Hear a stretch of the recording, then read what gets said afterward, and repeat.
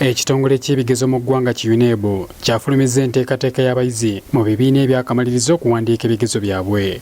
Aba P7 bakuwandiika ebya PLE nga 3 mu lumu omwezi ogujja, aba siniya ey'okuna bawandiika CE wakati wanga lumu omwezi ogujja naye nga 6 ogwokuna, ate aba siniya ey'omukaaga bakole USE okuva nga 12 ogwokuna paka nga 3 ogwokutaano.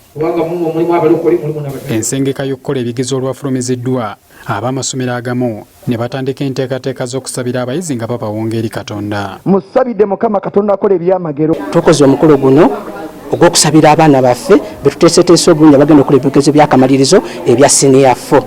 Era abaana baffe bano tubateeseteese bulungi. Ffe twasanga challenge nene nnyo naddala mu by'okusoma olw'ensonga nti ffe siniya 3 abaana bwe bamalayo syllabus. Siniya 4 tukola bukozi revision. Okusinziira ku nteekateeka y'ebyensoma eyasooka okufulumizibwa minisitule y'ebyenjigiriza ku ntandikwa y'omwaka oguwedde, olusoma olusooka lwali lwa kulongola ennaku 89 n'olwokubiri 89 ate olwokusatu ennaku 82 ng'omugatte zalina okuba ennaku 26 ez'okusoma. Wabula olusoma olusooka lwatambulako ennaku 45 zokka olwo gavumenti n'erangirira omuggalo ku masomero nga 2 ogwokusatu 2 olw'okwerinda COVID-19. Ng'ennaku z'omwezi 15 ogw'ekumi omwaka oguwedde, abayizi mu bibiina ebyakamalirizo baddamu okusoma mu kyatwalibwa ng'olusoma olwokubiri okutuuka nga 18 Desemba wa 2020 we bawummulira, nga wano baakulongola ennaku 65 nga basoma. Oluvannyuma lw'oluwummula, abayizi bano baddamu okusoma nga 18 January w'omwaka guno mu lusoma olwokusatu. We bunaatuukira nga lumu omwezi ogujja we balina okutandikira okutuula ebigezo byabwe, abayizi abali mu siniya ey'okuna bagenda kuba bakulongodde ennaku 4 zokka mu lusoma olwokusatu. Bw'ogatta ttaamu zonna essatu, abayizi mu siniya ey'okuna bagenda kuba basomedde ennaku 15 zokka mu kifo kye206 ze balina okusomera mu mbeera eya bulijjo. Kati ekyebuuzibwa bwe bwetegefu bw'abayizi okuwandiika ebigezo bino bwogerageranya ennaku ze basomedde n'obugazi bw'ebirina okusomesebwa. Keith Fred Kalungi, muyizi wa siniya yakuna ku Ebony College Luweero era mutuuze ku kyalo Nnaalongo ekisangibwa mu ggombolola y'e Butontomola. Ono tumusanze amaaso agakaliriza ebitabo nga yeetegekera ebigezo. Wandirowoozezza nti Kalungi yandibadde musanyufu olw'ebigezo naye si bwe guli olw'ensonga zaawa. Seetegese kimala naye ekijja era tosobola kidduka.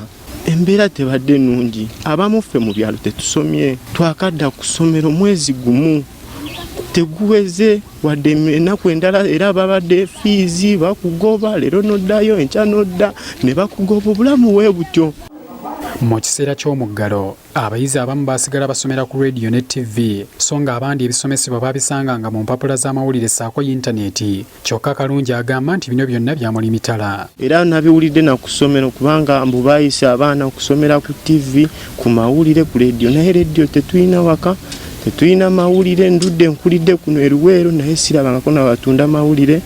Kale ne radio tetulina waka, essimu smartphone tulwawo ziraba. Mu masomero ag'enjawulo ge tutalaaze nga Ebony College Luweero ne Comprehensive High School Mubende, abayizi batubuulidde engeri gye beetegeseemu. Neetegese kuba COVID-19 yatusumbuwasumbuwamu naye era ewaka twali tusoma ebitabo. Okusinziira nga bwe nayimirira mu kusoma okutalizamu nze nali ku grade ey'amaanyi naye bwe twakuma omusomero kwaka akaseera nasanga ngenda okusanga muntu yali ku 100% kati nga ndi ku 50. Era kati tugire essaawa zinene twali kutya kyamanyi tukakola ebibuuzo byaffe tukole bulungi era tuyite bulungi. Abasomesa nabo bakkiriza nti obudde babadde na butono ddala okuteekateeka abayizi bano obulungi. Bagenda okudda ng'ebisinga tebakyajjukira ng'ojjukiza omwana okusoma ng'omuzuukusa naye nga okuzuuka tekoze eki tekuliiyo. Naye era ogenda okulaba nti mu kifo kye wandigenze ennyo mu maaso ate odda mabega ogezaako obajjukiza bye beerabira. Kati bano baliko bye basabye ekitongole ky'ebyenjigiriza mu ggwanga. Batuyambe bwe baba makinga ebibuuzo byaffe baseeko grading tukimanyi era embeera nabo bagirabye. Lowalinga grade ate etumakinge n'obwegendereza. Bamakinga idea ekyokubiri ne mu kugradinga wano nga bagradinga ati si grade zireme kwambuka nnyo that wobeera oyina 80 ofuna D1 85 plus. Abayizi abali mu kakadde kamu emitwalo 18 be basuubirwa okukola ebigezo ebyakamalirizo eby'omwaka gw'ebyensoma 2020. Habert Kamoga, NTV ku ssaawa emu.